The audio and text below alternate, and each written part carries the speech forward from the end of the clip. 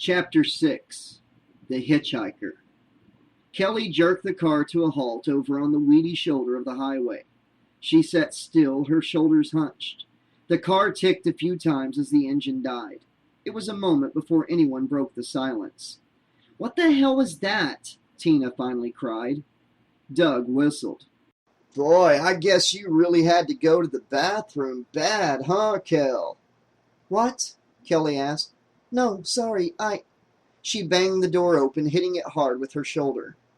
"Where are you going?" Tina demanded.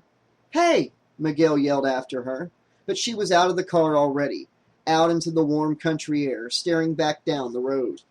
The road was deserted, no cars and no hitchhikers, but she could swear on her life she had seen him.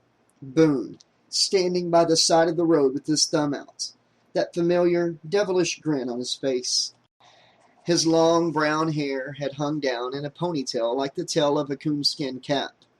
She had driven right by him. He seemed to loom up at the car as if he were attacking the windshield, and then, just as suddenly, had disappeared from view. But in that flash she had seen his face clearly. It was Boon, all right. She was able to recognize him even though his long, handsome face was half rotted. "Kel!" It was Doug coming around the front of the car, hands in the pockets of his khaki shorts. "Are you okay?" "What's going on?" Miguel said, hurrying toward them. His hands were balled into fists. He moved in that excited, loping gait he fell into whenever he expected action. I thought I saw something," Kelly explained. "What? What was it?" Miguel asked. What did you see?" I don't know." Kelly gave them a tight-lipped smile. "But anyway, I was wrong." She started back toward the car, but Doug blocked her way. She saw the look passing between him and Miguel. "They think I'm insane," Kelly realized. "Nice going, Boon," she said silently. "They were already worried about me. Now they'll be shopping for a straitjacket." "What's up?" Doug asked Kelly. "Nothing. Let's get back on the road." "Right," Doug grinned. "Listen, how about I drive from here?" Just after 6, a short, wiry old man trudged out of the woods outside Ma and Pa's tar paper shack. Something about the shack seemed to give the old man pause. He stood in the clearing, chewing thoughtfully on some green pine needles he had pulled off an evergreen branch on the walk over. Maybe it was that the shack looked so still and quiet. "Gabe!" he called. No response. "Ruth! Big Red!" Grumbling, the old man started forward. It had been a humid day, still was, even at this hour, and Tuck was sweating dark half-moons under the arms of his yellow flannel shirt.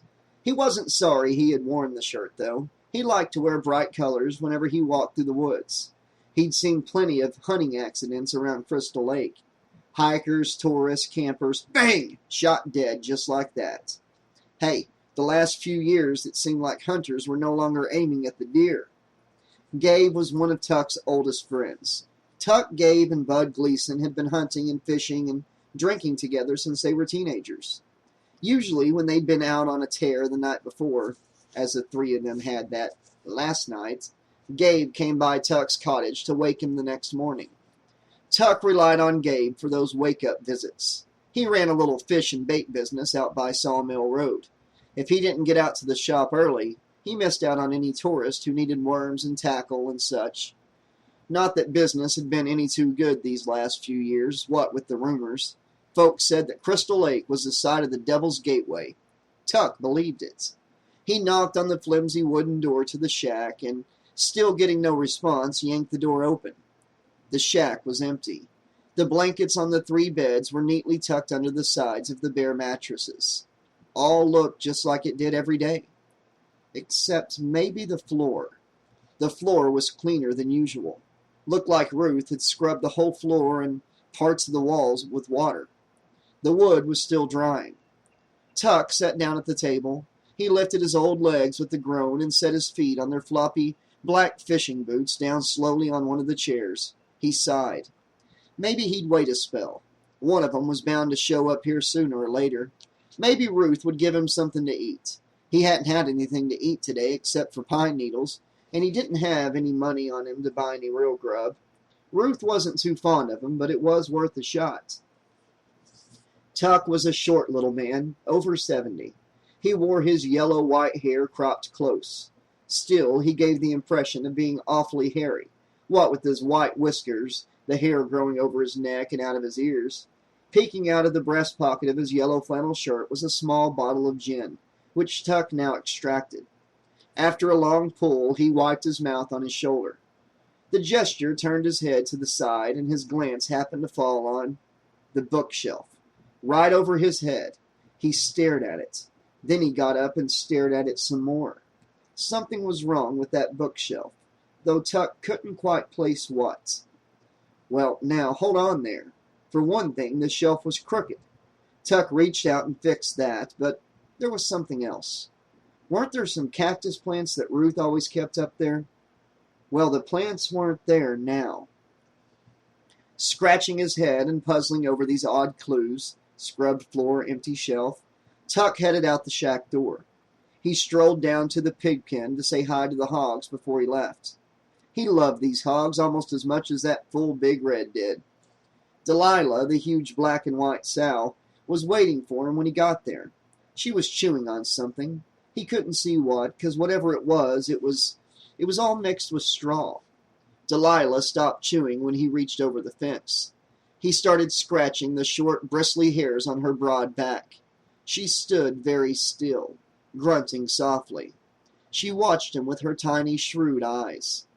Whenever you scratched Delilah, she always stopped eating, no matter how hungry she was. She just loved the feeling so much, loved it more than food.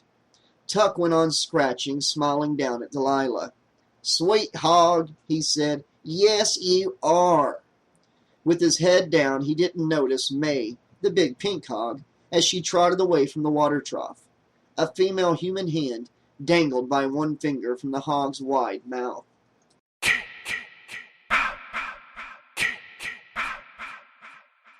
Chapter 7. Advice from Strangers.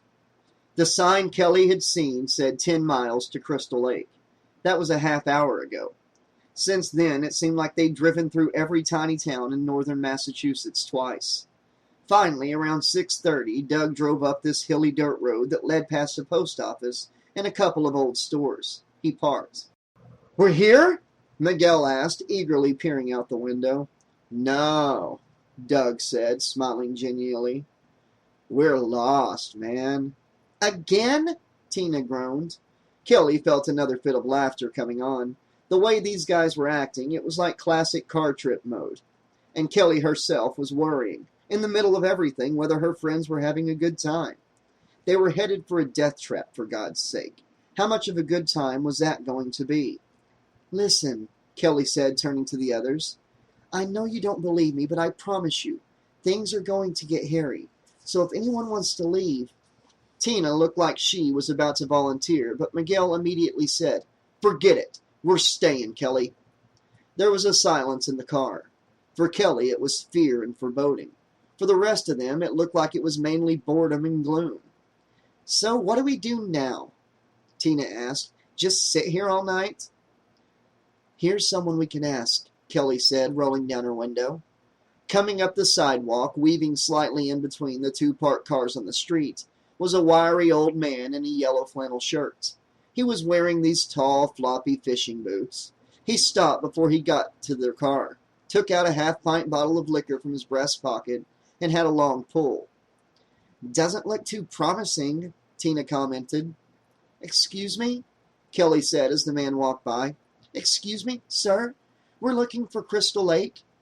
The man stopped short and stared at Kelly coldly. Then he came closer. The man's breath was like an overbearing perfume. He'd obviously been drinking heavily. "What'd you say?" "I said we're looking for Crystal Lake." The old man's whiskered face broke into a broad, rotten-toothed grin. "You're here, darling." A chill froze Kelly's spine. "This is Crystal Lake?" Tina asked from the back seat. "This is the place," the man gestured with his arms wide. "Beautiful, ain't it? Crystal Lake, population 287 and counting. Down." He wheezed, laughed, then stuck out a hand, forcing Kelly to shake. The man's hand was unpleasantly dry, like snakeskin. "Name's Tuck," the man said. "Kelly," Kelly said. The man nodded, not letting go of her hand. His eyes were both yellowish and bloodshot. Kelly gently but firmly pulled her hand free, saying, "Hey guys, guess what? We're here." To the old man, she said, "We thought we were lost. Listen, you wouldn't happen to know a place around here where we can get a bite to eat. We're going to the old Crystal Lake campsite later to camp out, but we wanted to get a good meal first."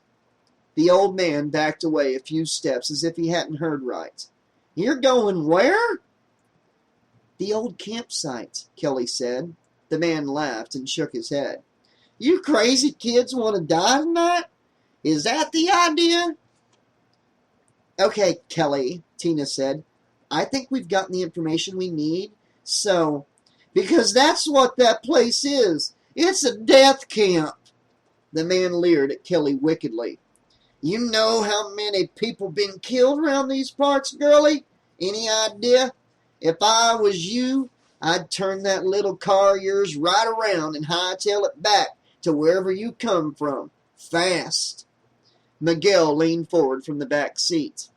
"Actually, mister, we're going to stick around, see, and kill Jason for you since, no one around here seems like they can do it themselves." The old man blinked hard. Then he threw back his head and howled. He laughed so hard he had to hold his stomach. When he was done, he did some coughing, but he had a cure for that handy. He took out his liquor bottle and took another long drink. "You young people," the old man said bitterly, "you think nothing can happen to you. You think you'll never end up like me, right? Never have to face death in the eye. Every single lousy morning, noon, and..." He hawked and spat hard in the dirt. He looked awfully sober all of a sudden, Kelly thought. There was a brightness in his pasty eyes that hadn't been there a moment earlier. He looked both ways, shiftily, as if he thought someone might be listening in on their conversation. "Let me tell you something," he growled in his deep and scratchy voice. "I don't know what's wrong with this place, but it's bad. Whatever it is, don't go looking for it, you hear me? 'Cause you look for it, and believe me, it'll find you." He took out his gin bottle yet again, but this time his face fell as he saw the bottle was empty. He slipped the bottle back in his pocket, spat again. "Well," he said, "nice chatting with you." He turned to walk away, but he stopped when he got to the sidewalk. He looked back sharply. He obviously had an idea. He plastered a big smile over his worn features as he shuffled back toward Kelly's open window. "Say," he said, "listen, since I gave you such good advice, how about helping out an old fellow with a couple of bucks? They won't give me nothing at the diner. Say I owe them for the last, what do you say, couple of bucks, a buck? How about some change?" "Sorry," Doug said from behind the wheel. "We're broke ourselves, man. How about lending us some money?" It happened fast. Just then, the old man reached in through the open window and closed his powerful little hand right around Kelly's throat.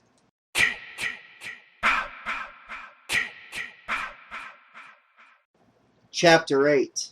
Baiting the Trap. "Give it to me," he demanded. "You lousy little brats."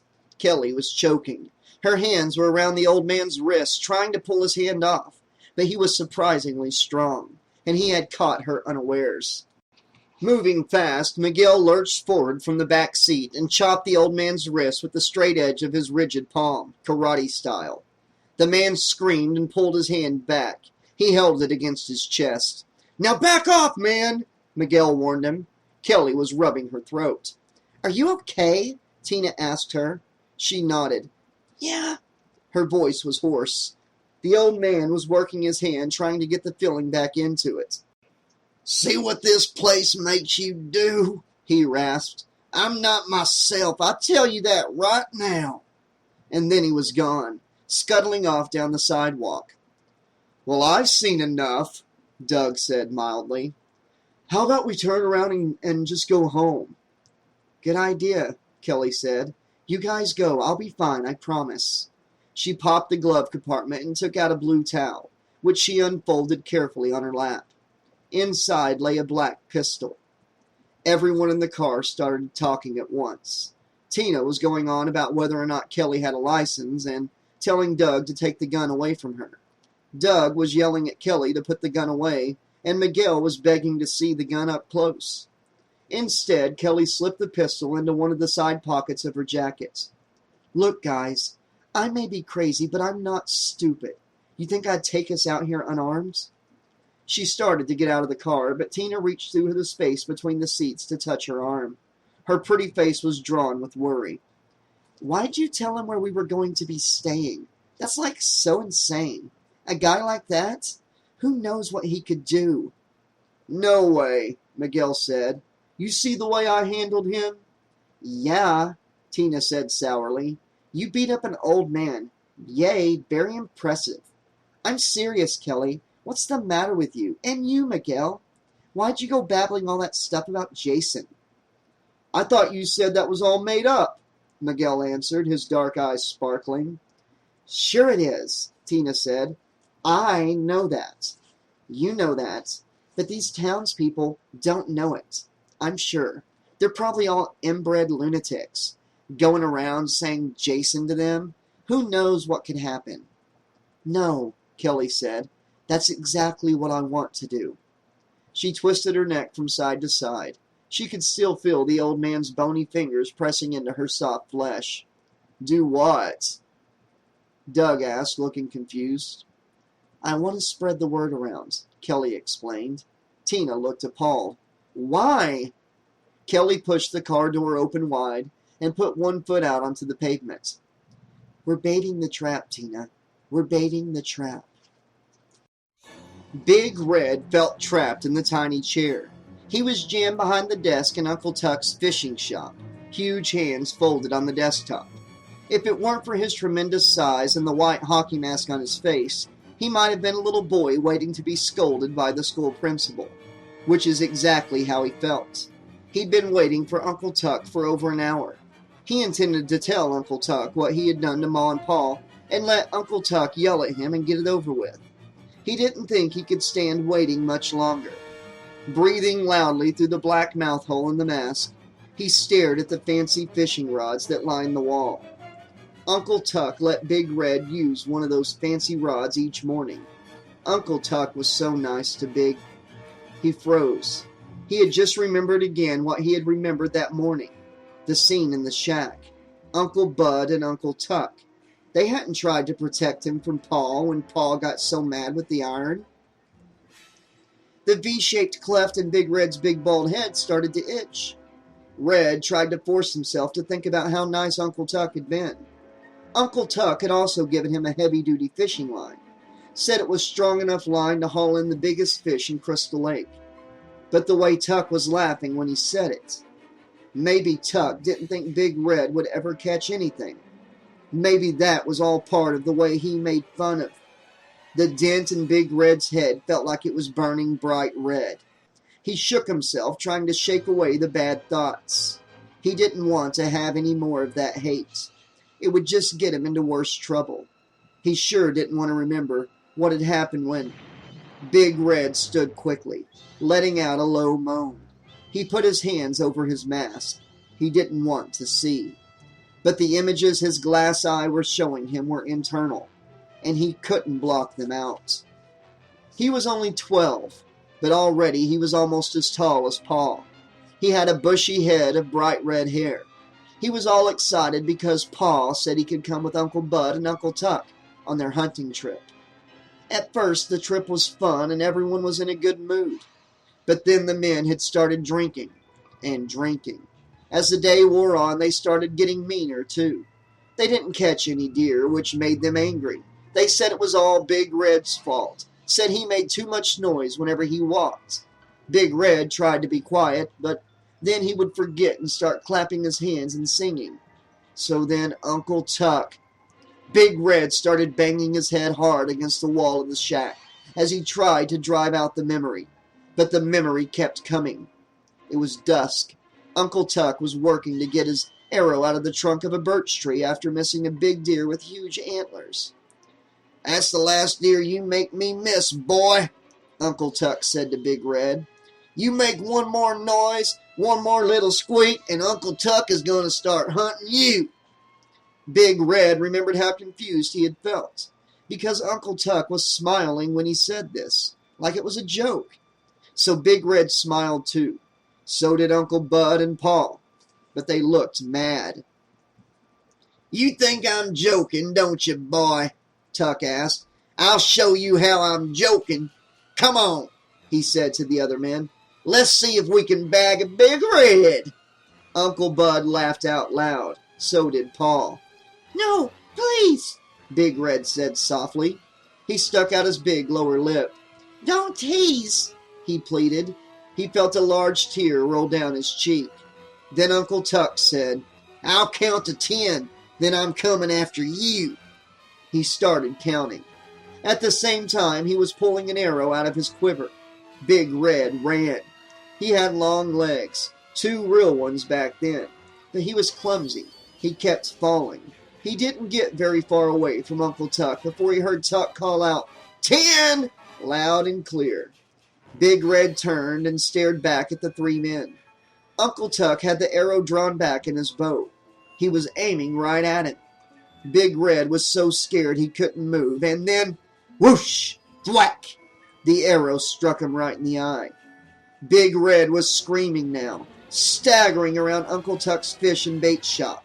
His glass eye was screaming too, screaming with pain. The same pain he had felt in his eye on that misty evening so many years ago. That evening in the woods. Big Red was angry, very angry. He was also listening carefully, because there was a voice in his head now, a voice that told him exactly what he should do. Seemed like a good plan, too. He was finally going to catch a fish.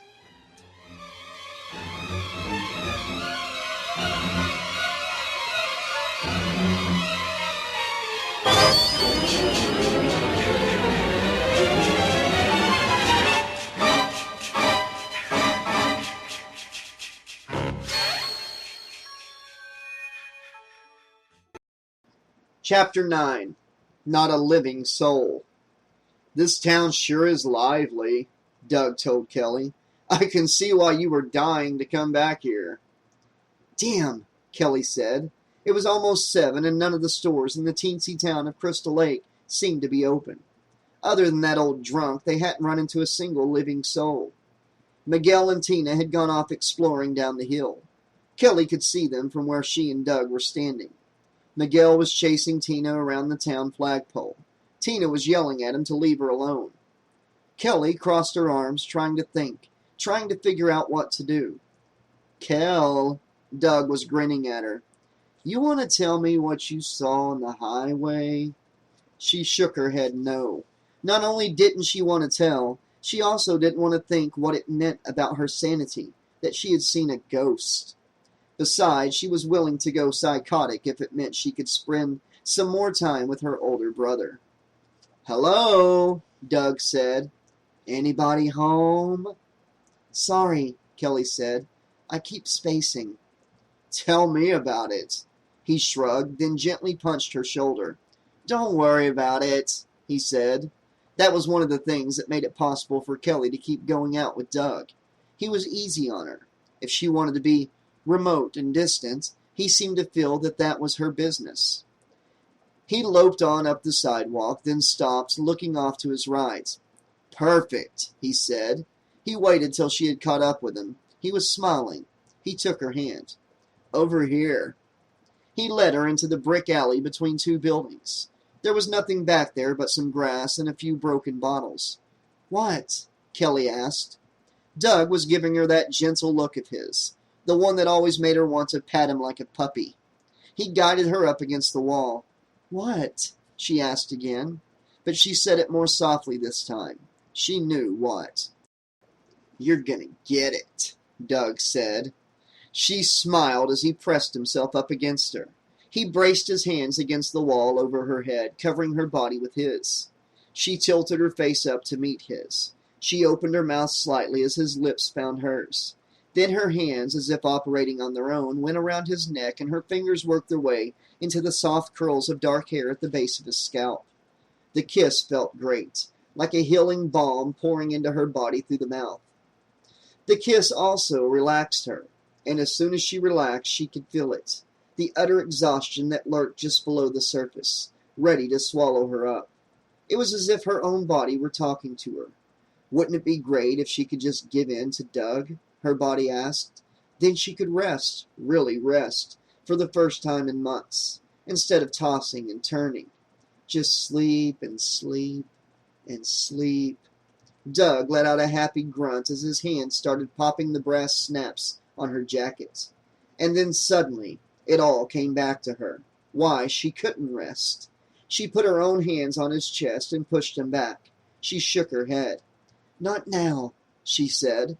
He studied her gray-blue eyes. Why not? It's such a romantic spot, babe. She laughed and lowered her eyes. Doug, she said, I'm sorry, I've been such a head case. Head case? If she told him who she'd seen hitchhiking on Route 107, he'd think she was a lot worse than that. That's okay, he said, brown eyes twinkling. I know just the way you can make it up to me.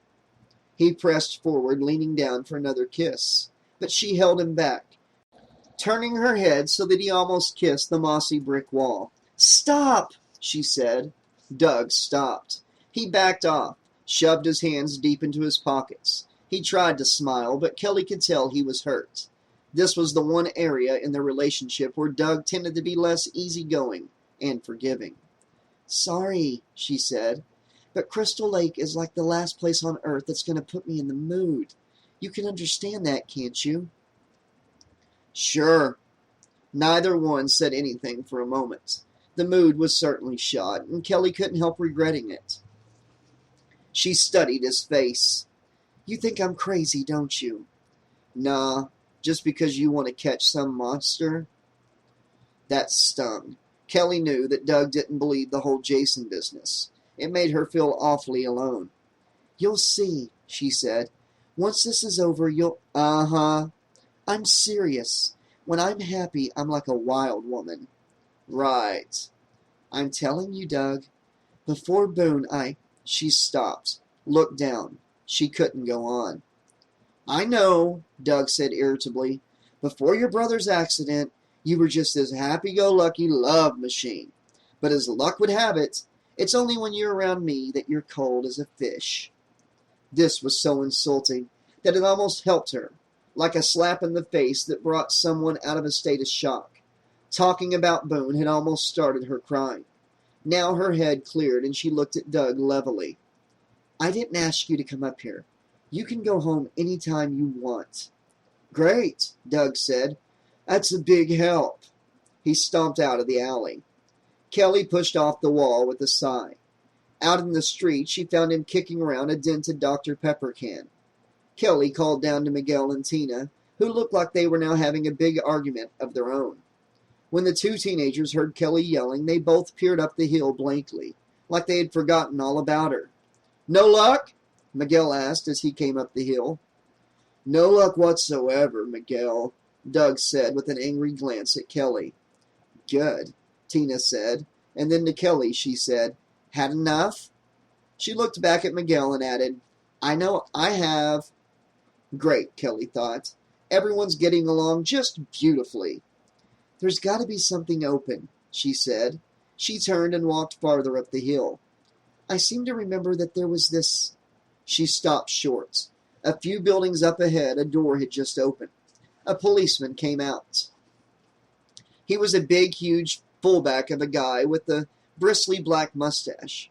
Without looking in Kelly's direction, the big man lumbered casually toward his cruiser. Kelly didn't want the cop to see her. She stood stock still, as if somehow that might make her less conspicuous. It worked. The cop got into his car without looking back. But what Kelly was thinking about was the open door, where the cop had just come from. This way, she said eagerly. When she glanced back at the rest of the group, no one seemed to be sharing in her enthusiasm. But at least they were following.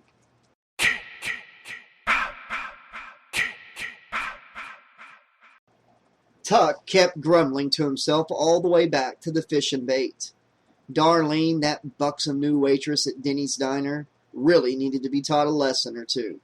Who did she think she was, not letting him get some food on credit?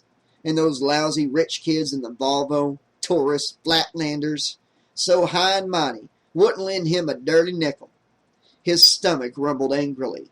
The pangs of hunger were beginning to gnaw at his insides, as if he'd swallowed all these little creatures and they needed to be fed. Well, he knew how to feed them. That was the lucky thing. That was what had gotten him through so many lean patches over the years. There was never, and never would be, a more skillful fisherman than old Tuck, if he did say so himself. He picked out one of the finest rods he owned, and it was an eagle-claw black eagle. He paused before the case of metal flies. No way. He was too hungry to give himself a test of his fishing skills. He'd use live bait, not the fake metal and plastic stuff. Warming to his task, Tuck hummed to himself as he hiked through the woods down to the edge of the lake. The mosquitoes were fierce, buzzing around like flying needles. But Tuck didn't mind. After a life spent on the lake, his skin was as tough as the leather on a football. He just prayed that Big Red had left his old rowboat where he was supposed to. Sure enough, there it was, pulled all the way up into the reeds the way Tuck had taught him. That Big Red was all right. Instead of pushing his old white rowboat out into the water, Tuck sat down on the sandy bank and pulled off one of his wading boots. Then he took off his sock and tossed it on the ground. He rolled up his pant legs as far as it would go, until the pressure of the cuff around his thigh began to bother him. His naked leg looked old and hairy and weak, but that was the nice thing about leeches. They still found Tuck attractive. "Come and get it, my lovelies," muttered Tuck as he waded out into the lake. It seemed like the leeches had been getting more and more plentiful in Crystal Lake the last few years, and bigger, too. 5 and 6 inches long, some of them. Folks said the lake was cursed. Tuck knew better. The more leeches, the better. He stood out as deep as he could, stood stock still. It helped if you didn't move around. He waited and waited. He didn't feel a thing except the cold water as it swirled and tingled around his naked skin. That didn't mean anything. You never felt much besides these little tickles. The leeches had something like an anesthetic in their mouths, so that when they bit you, you didn't even know it. Sure enough, when Tuck finally climbed back onto shore, his leg was dotted with long, slimy black worms, their wet backs glistening in the fading light. Calm as could be, Tuck lit a cigarette. Then he touched the glowing red ember tip of it to the back of one leech after another, enjoying the little hissing sound as the leech flesh burned. That was another thing about the leeches these days. They didn't let go so easily. He had to hold the cigarette to their skin for a long time, burning deep into each leech's body, before he heard the pop as the worm released its big suckers. He had brought along a rusty Maxwell House coffee can to collect the bait. He had collected almost half the leeches from his legs when he saw the dollar bill. It was setting right there on the grass, just up the bank, right near the edge of the woods. It moved about gently in the breeze. Tuck blinked. His eyes were playing tricks on him, he was sure. There was no way that he was really seeing what he was seeing. A dollar bill just lying right there for him to take. But it was, and now he was moving sprightly up the bank. A funny sight with his one pants leg all rolled up. The dollar moved just as he got there, jerking back slightly. He bent down and grabbed for it, closing his fist around the bill hard. As he squeezed, the 3-pronged hook that was stuck into the bill dug deep, deep into the meat of his palm. In that first instant, he was too stunned to know what had happened. He just stared at his closed fist as if puzzled. He could see the bill sticking out the sides of his fingers, and then a spurt of red blood. And then the bill and his hand jerked forward. He was yanked so hard he lost balance. As he fell, his head hit a rock. He didn't have time to think about that, because now his arm shot straight out ahead of him again. He was being dragged into the dark of the forest, and as he slid across the ground, he caught his first confused glimpse of what was dragging him. It was a huge man in blue overalls and a white hockey mask. The man had a fishing rod. Big Red? Tuck jerked forward again, his face scraping hard against the jagged edge of a tree stump. Whoever it was, the huge man was reeling him in like a fish.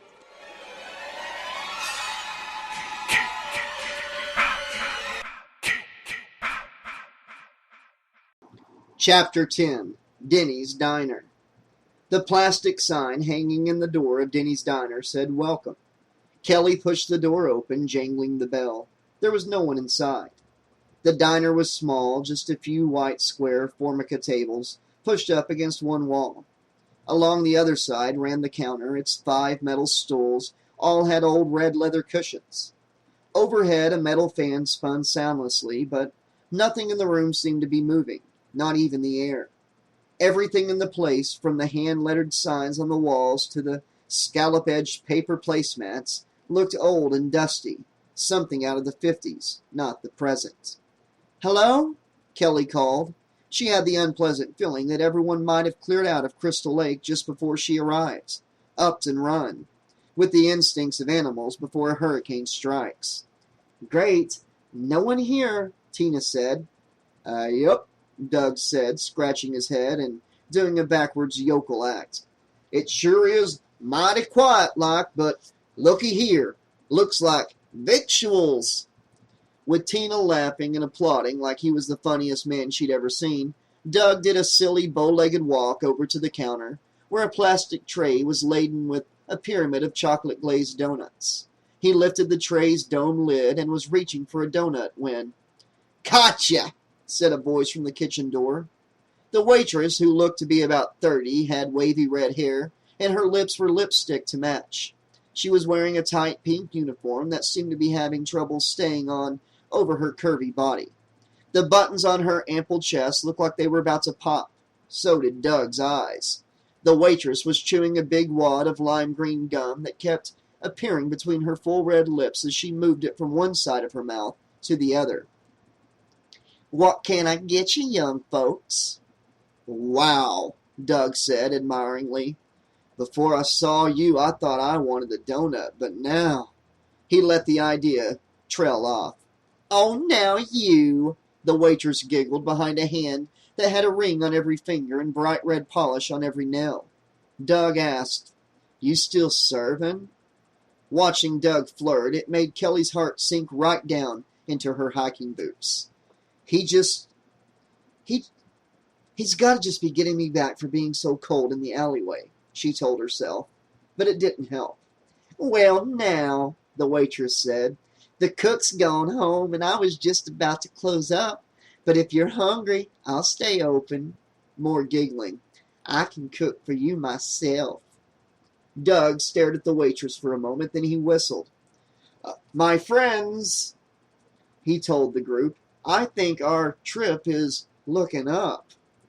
"Here we go," Miguel muttered, shaking his head in disgust.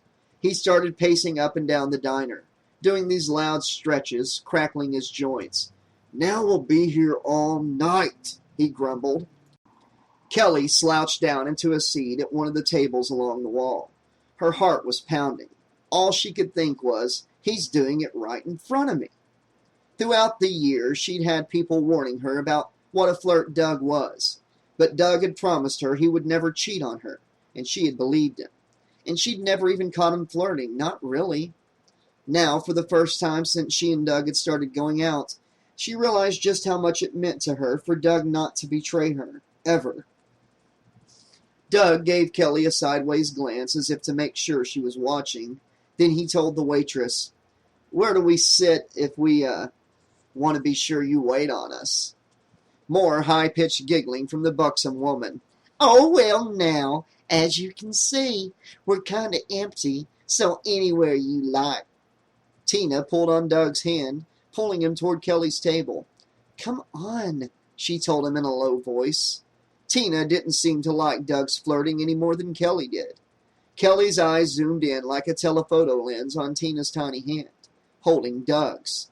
It was like in the movies when they wanted to show you some important clue, like a gun on a shelf that was going to go off later. Doug, Miguel, and Tina all joined her at the table, and the waitress handed out the greasy vinyl-covered menus. Doug said. Thanks. He squinted up at her, reading the little black and white name tag pinned to her blouse. Thanks, Betsy. The waitress grinned back at him toothily. She took a small ordering pad out of her uniform's front pocket and a pencil from behind her ear and stood waiting for them to choose what they wanted. By the way, she told Doug, my name's not Betsy. I know it says that on my tag, but that's because I just took over this job. I'm not from Crystal Lake, see? I'm from Holloway, about 10 miles up the road. My name's Darlene. Doug stuck out his hand. Kelly tried not to stare, but she couldn't help it. Her eyes did another close-up as Doug shook hands with Darlene. He didn't make it a quick handshake either. Pleased to meet you, Doug said. What happened to Betsy? Tina asked grumpily. Darlene blushed and looked down at her order pad. Oh, you guys aren't from around here. No, Kelly said. A vague memory was stirring somewhere deep in her brain. A clipping in her notebook. Wasn't there a Betsy? She sat up straight. Wait a minute. Was this Betsy Doyle? The waitress looked surprised, then suspicious. Now how did you know that? And here you were teasing me that you weren't from round here. We're not, Kelly said. I read about it. To her friend, she said, Betsy Doyle wanted to save money by living in this shack out in the woods, right by the old campsite. Jason hacked her to pieces. Oh, now, the waitress said. Don't start spreading that rumor and scaring your friends. See, they never found out who done it. Oh, that's much better news, Doug said. Yeah, the waitress agreed with a sigh. She cracked her wad of gum. This town, I'll tell you, it's trouble, all right. I'm so glad I came on this trip, Tina muttered, resting her head in her hands. Get off, she added as Miguel reached behind her and started braiding her long black hair. Sorry. Miguel started nervously stroking his wispy mustache. Hey, Kelly, don't you want to tell Darlene what we're up to?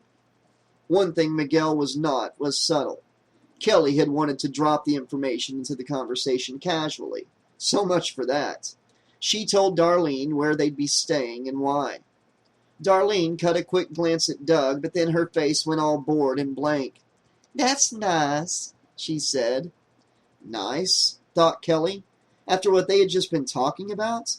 Was this woman a total airhead or what? Kelly ordered a cup of black coffee and a stack of pancakes. She felt too keyed up to eat, but she knew she better force something down. Everyone else seemed to be starving from their car trip. They were ordering everything on the menu, from milkshakes to burgers to home fries. But no one's mood improved, even after Darlene brought the food. Tina kept waving her hand right in Kelly's face to shoo away her cigarette smoke.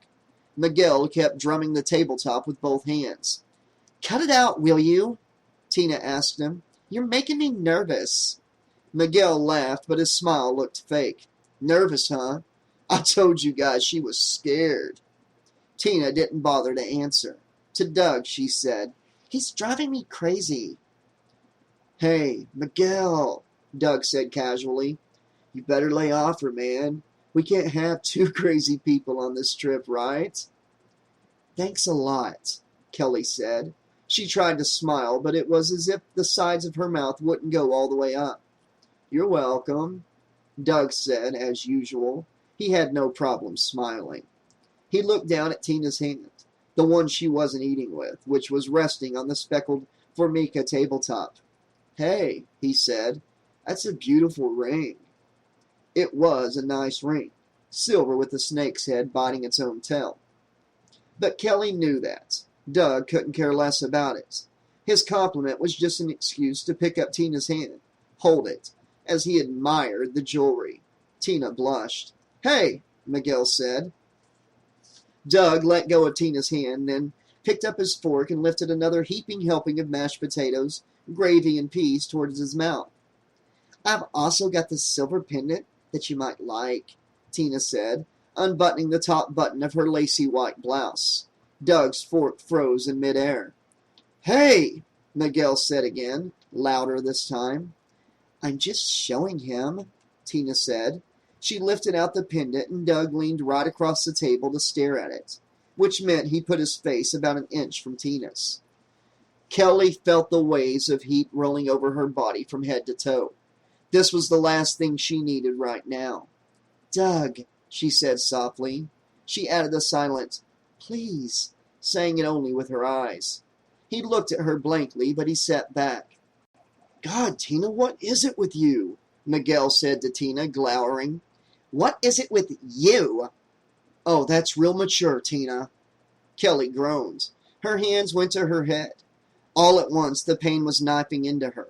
Her old friend, the migraine, was back and stronger than ever. Headache? Doug asked. He looked more annoyed than sympathetic. She nodded mutely as she fumbled for her Tylenol bottle in the breast pocket of her army jacket. Doug smiled at Tina and Miguel. Most girls wait till you try something before they claim they've got a headache. Kelly doesn't take any chances. She's always got a headache. Come on, man, Miguel said, getting to his feet. Let's blow this joint. I want to get started doing some serious fighting. Miguel threw a few punches, then mimed an imaginary machine gun with his hands and sprayed the entire empty diner. Tina cackled. Her mood certainly seemed to have improved since Doug started admiring her jewelry, Kelly observed. My little Rambo, Tina said. That's right, Miguel said without smiling. Come on, guys, this is going to be fun. Kelly shook her head, thinking. They still don't get it. Boon. Fun? They were in for fun, all right, but it wasn't the kind of fun these guys were talking about. Am I right, Boon? She asked silently. Am I right? It wasn't until they were back in the car, driving toward the old abandoned campsite, that Boon finally answered her.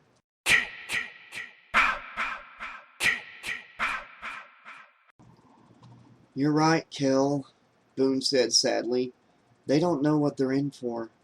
Boon said it right out loud. Kelly was sitting in the front seat, riding shotgun, as Boon used to call it.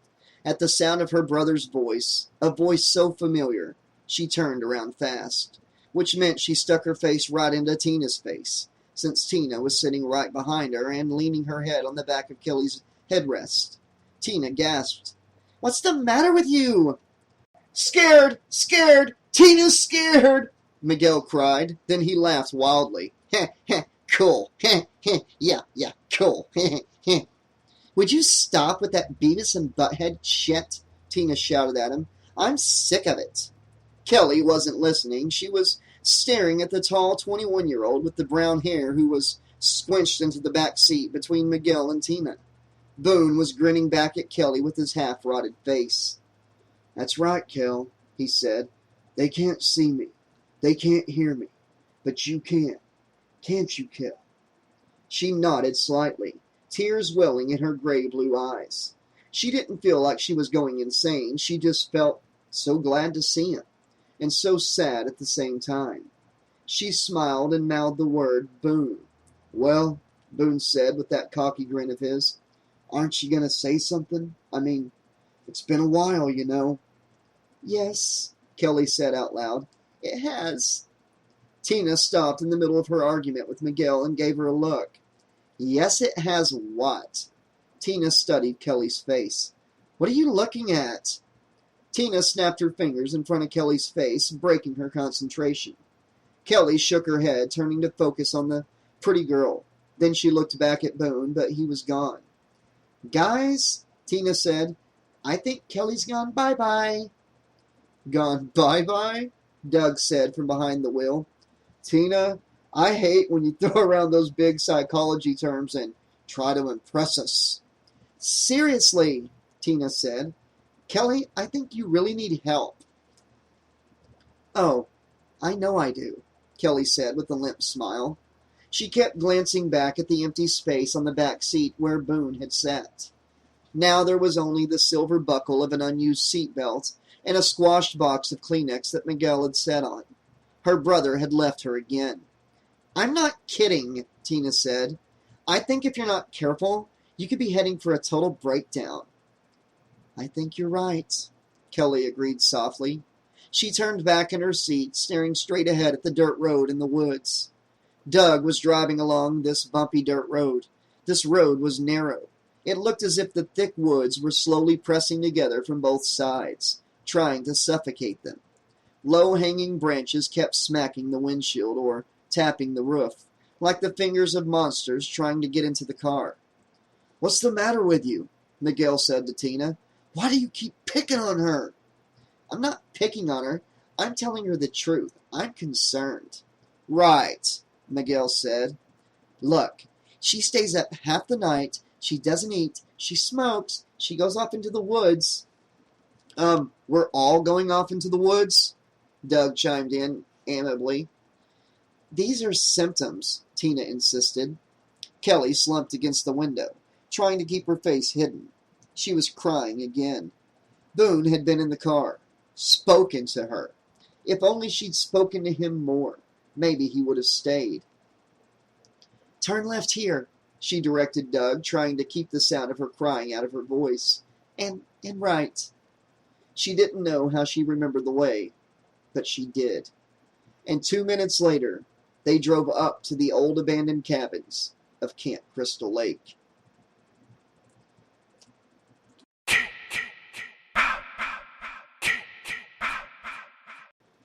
Now let's see, what else? Jessie Gleason nervously tapped her chin with her forefinger. "Little Billy's got 2 extra bottles in the fridge. If he wakes up and cries, just heat one up until it's warm to the touch.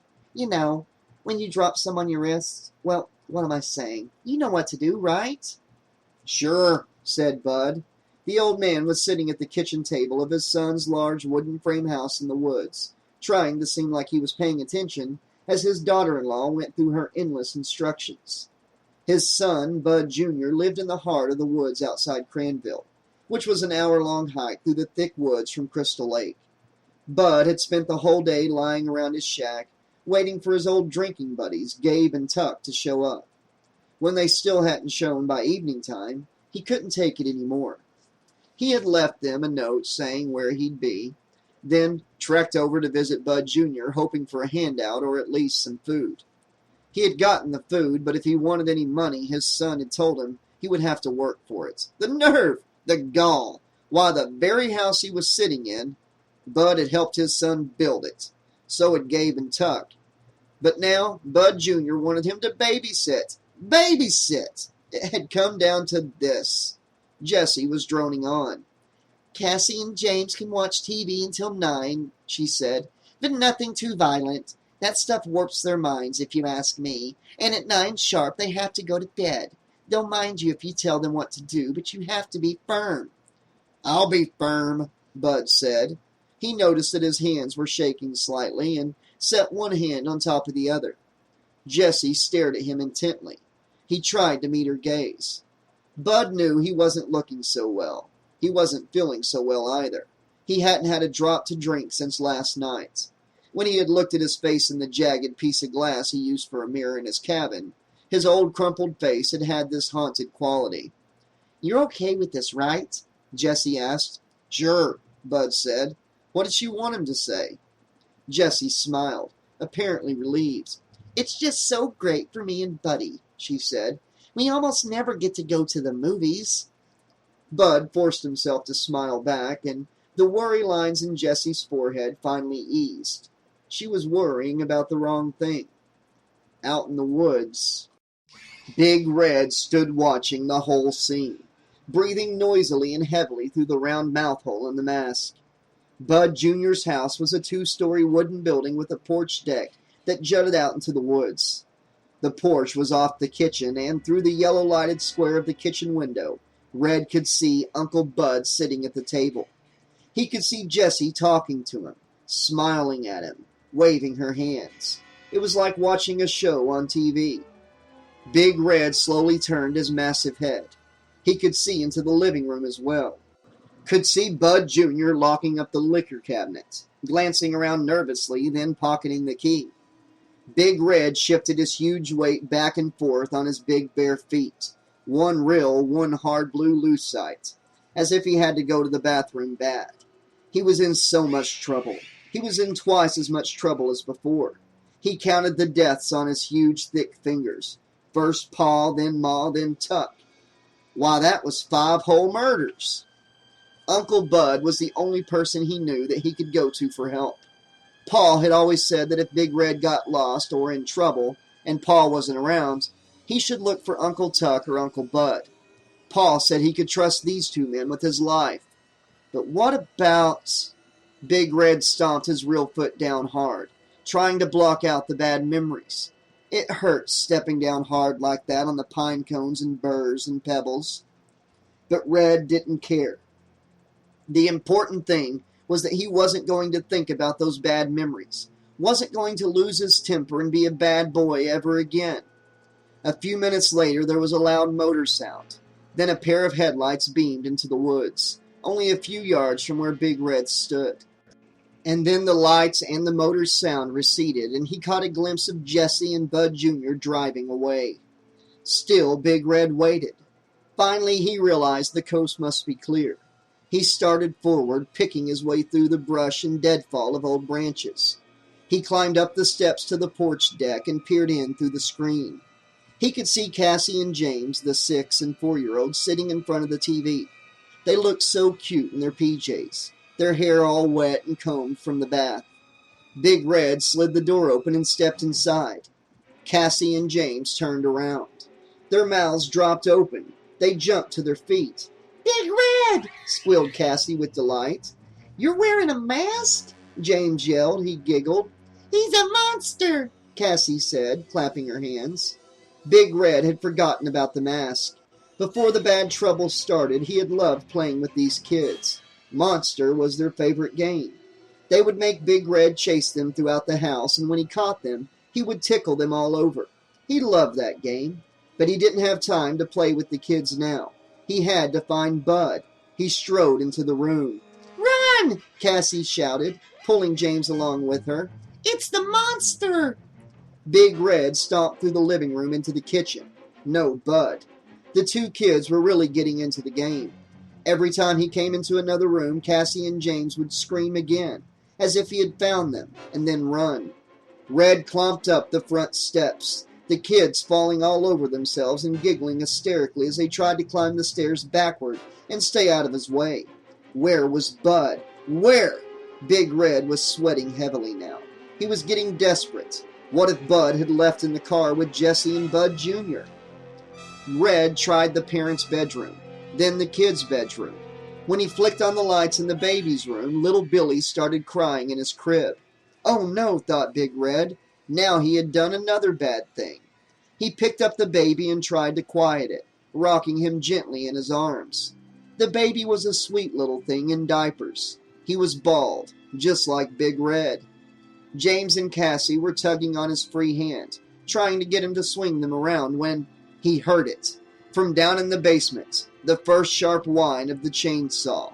So that's where Bud was. He was down in his son's workroom. Bud liked to work down there sometimes, making things like shelves and dollhouses, and the sweat was pouring off Big Red now. The scream of the chainsaw rose up through the house, and then wound itself into Big Red's ears and into his brain like a snake. His glass eye began to spin, and his big head to loll. He was remembering. He was 14. Pa and Uncle Tuck and Uncle Bud were doing some construction. Uncle Bud was using the chainsaw to saw lumber. They let Big Red watch.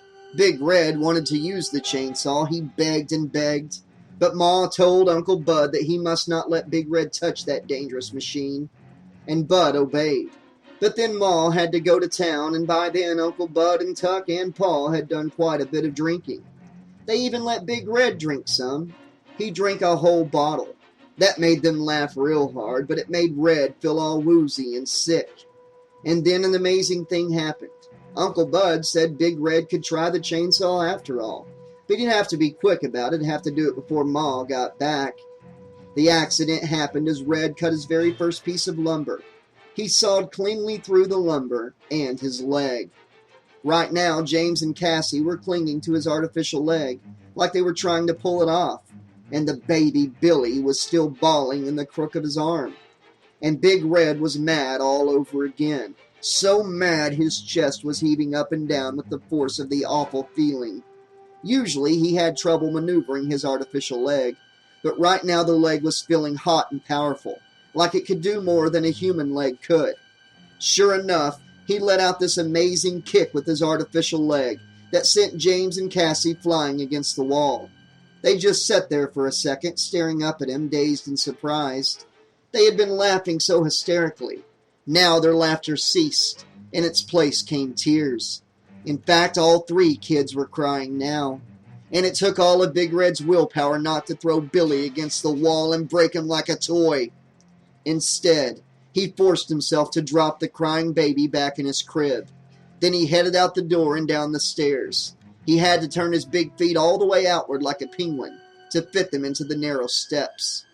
The chainsaw continued its high-pitched scream as Red clomped down, down, down to the basement. He was getting angrier with every single step.